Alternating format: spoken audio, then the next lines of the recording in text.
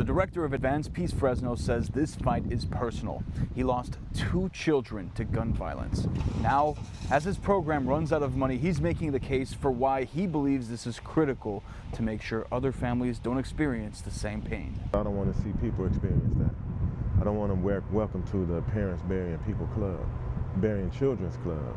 That is way worse than you can imagine. Aaron Foster knows that pain better than most. The director of Advanced Peace lost 2 children to gun violence. Now he's fighting to keep alive the violence interruption program he says helps prevent other families from facing the same tragedy. Advanced Peace was born out of trauma. My trauma, losing 2 children. But the program is now facing its own crisis. After losing a $2 million federal grant, Foster says Advanced Peace was forced to lay off 5 employees. Right now we're running with a skeleton crew. We had to lay off half of our staff because of the funding. Fresno City Council member Miguel Arias says the program has been important toward the city to reduce gun violence, but recent cuts are showing. Over the last few years, the city of Fresno has experienced record reduction in gun violence and fatalities and murders, and now we're starting to see it creep up. He says the progress they've made will regress. The consequence is very clear. Shootings and murders will increase in our city, and we will turn back the clock on the reduction of